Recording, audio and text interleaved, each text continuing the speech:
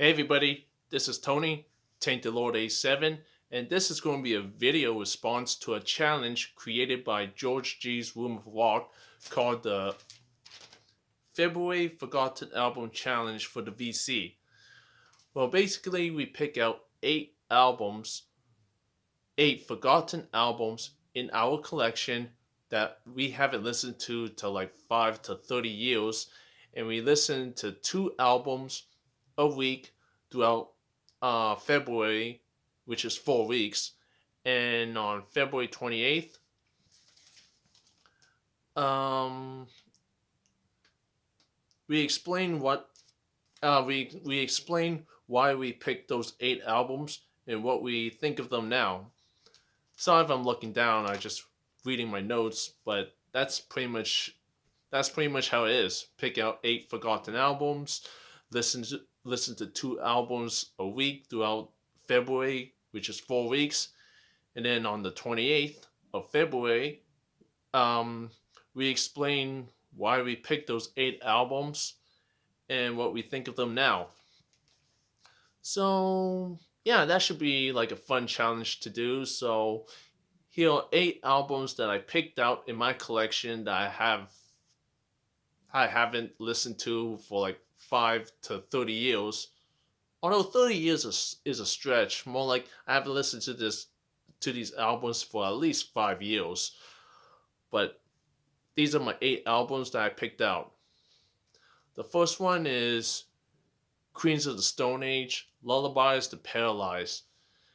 Yeah, this is an album that I honestly don't really remember too much about. I think I bought this like at least 5 or 6 years ago, and I remember liking this album, but listening to this listening to this now, I'll say this is a solid alternative rock album. Um Very fun, very riffy, and just has a lot of solid fun tunes on it, you know? And definitely got some really good riffs, some nice solos, and overall, this is a really good alternative rock, mainstream rock album. And while I don't think it's as good as Songs for the Deaf, I think Lullabies to Paralyze is a solid album, and remind me why I bought this album in the first place. And this album reminded me why I bought this album in the first place, because this is just a fun rock album, and I don't regret buying this or having this in my collection, even though I haven't listened to this album in like 5 or 6 years, but it still holds up and it's still a fun album. So yeah, Queens of the Stone Age, Lullabies to Paralyze.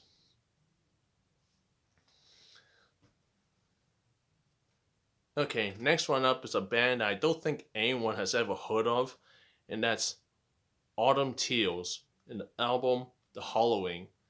Now, when I first bought this album, like 5 or 6 years ago, I was in a real gothic metal mood, and I honestly bought this album just based on the album cover and the band name, and I thought this would be like gothic metal, but apparently this is just not gothic metal at all. And honestly, I just didn't really listen to this album, and it was like in my collection gathering dust for the next 6 years, I guess, until recently when I picked this back up, and picked this back up in my collection, and we listened to it, and I find this album to be like a very symphonic, soothing, melancholic, almost sad-driven music with some very beautiful, clean female vocals. Like this album, Autumn Tears, The Hollowing, is the kind of album you just want to listen to relax, to relax, get your mind off of things, and just get lost in the music and just feel more relaxed and chilled out. And and honestly, this is some really beautiful, nice music. that's very symphonic and beautiful. I'm not sure how I'm not sure how good I'm explaining this album, but Autumn Tears The Hollowing is definitely an album that you have to be in a certain mood to really enjoy. And yeah, this is just some nice symphonic um classical classically driven music. Hopefully I'm explaining this album as well as I can, but that's honestly how I felt when I re-listened to this album again. So if you were expecting gothic metal, you'll be sorely disappointed, but I must admit, after not listening to this for a while, I'll say this is definitely an album you have to be in a certain mood to enjoy, but it's definitely a very, very relaxing album to say the least. So yeah, Autumn Tears, The Hollowing.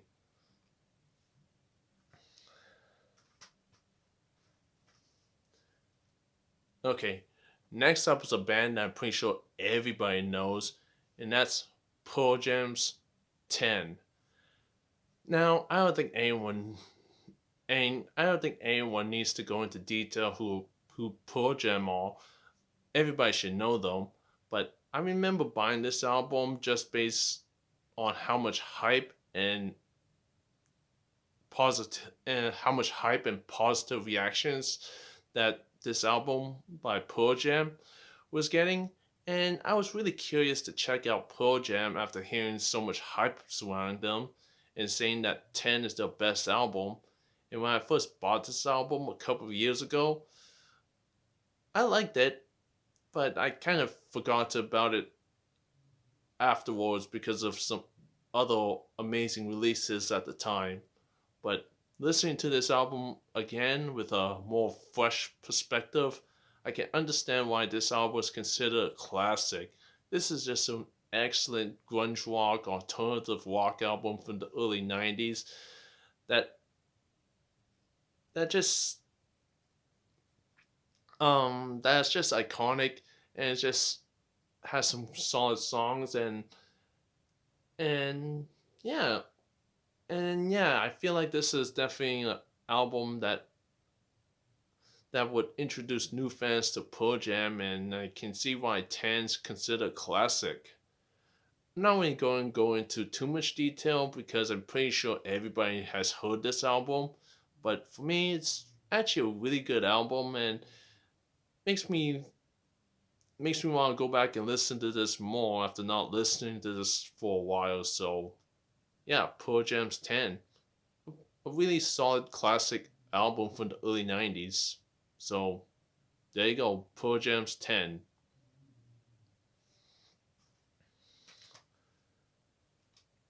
Okay, next up is Disturbed's 10,000 Days. Now, this is an album that I haven't listened to for a long, long time, and listening to this again, I think it still holds up.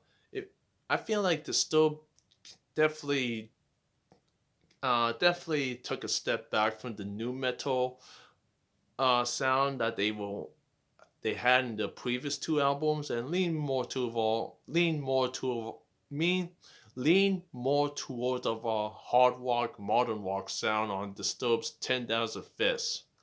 If I haven't mentioned it, it's Disturbed's 10,000 Fists. And listening to this again, this is actually a really solid album from Disturbed. Like I said, on this album, they lean more towards the more modern hard rock side of things, and actually features of some pretty good solos on here. And I say this album definitely still holds up if you're a Disturbed fan. And there's just some really solid songs that really remind me of my teenage years.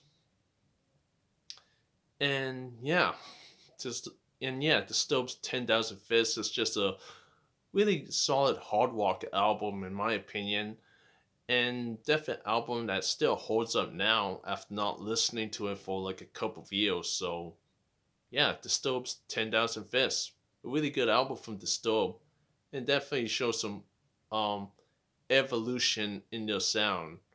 No pun intended.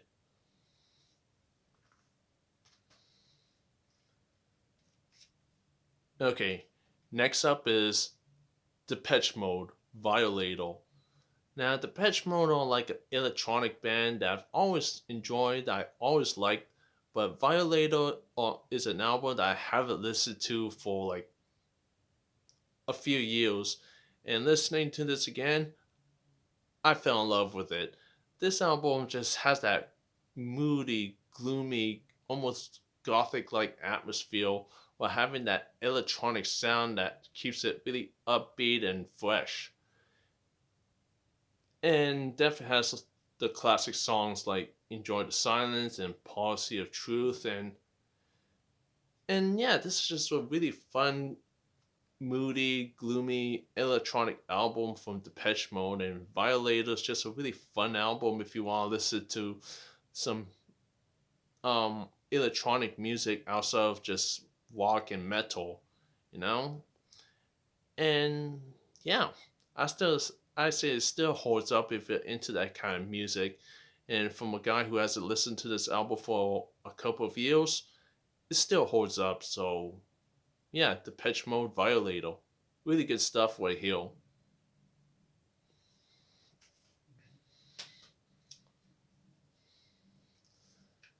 Okay, next up is Twisted Sisters, Stay Hungry. Now, this album I have listened to for at least 7 years, which is a long ass time. And somehow, listening to this again, I got reminded why I love this album. It's an awesome 80s heavy metal hard rock jam that's very anthemic, rebellious, and fun. It has so many of the classics like I Wanna Walk, Stay Hungry, We're Not Gonna Take It. But this whole album is just really fun, rebellious, and catchy as hell. And definitely an album from Twisted Sister that most people will recognize, and it's just iconic. Twisted Sister Stay Hungry is just a absolute classic hard rock heavy metal album from the 80s. And from someone who hasn't listened to this album in like, I don't know, more than 6 years or a couple of years, it still holds up. It's still a fun album, and definitely an album I should listen to more. So yeah, Twisted Sisters, Stay Hungry, an absolute classic.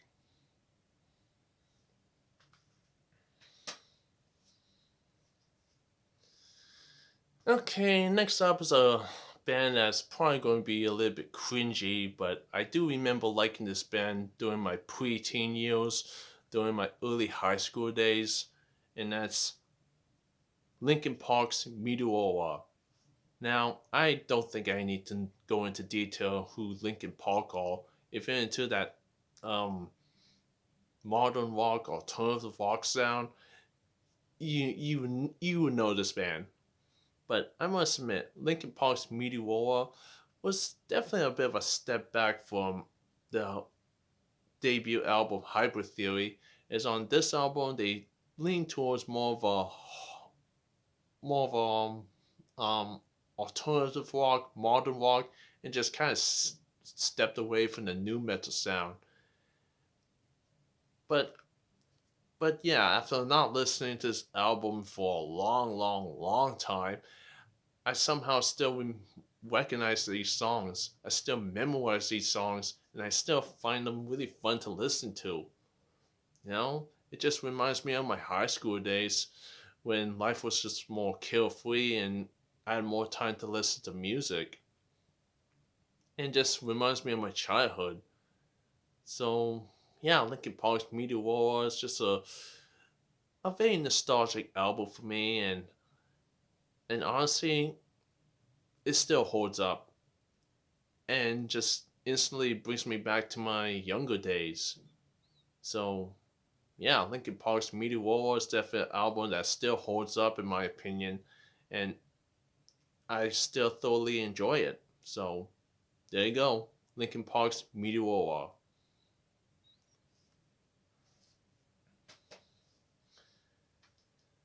And the last album that I chose for this challenge that I've been listening to for the month of February is Forbidden's Distortion. Now, this is the one album from Forbidden that I feel like every Forbidden fan overlooked. Like, when it comes to Forbidden, everybody will be talking about the classic albums like Twisted into Form, but I feel like Distortion is definitely an album that gets overlooked and is pretty underrated.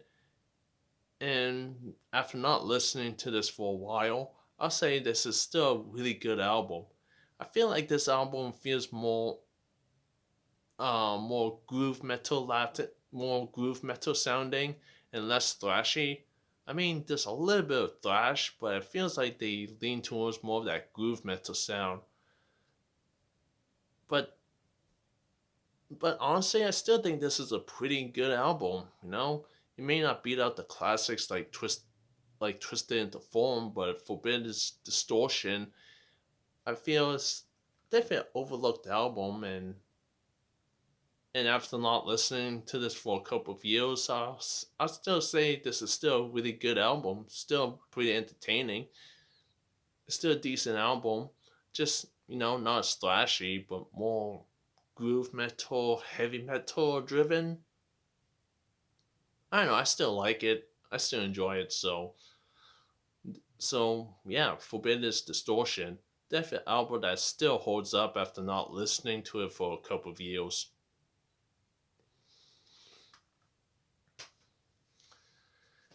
And that's it. That's my video response to George G's Room of Walks challenge. The February Forgotten album challenge for the VC.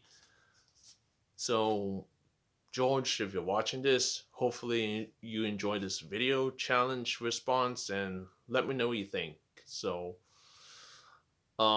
thanks for watching and hopefully you had fun watching this. Thanks for watching.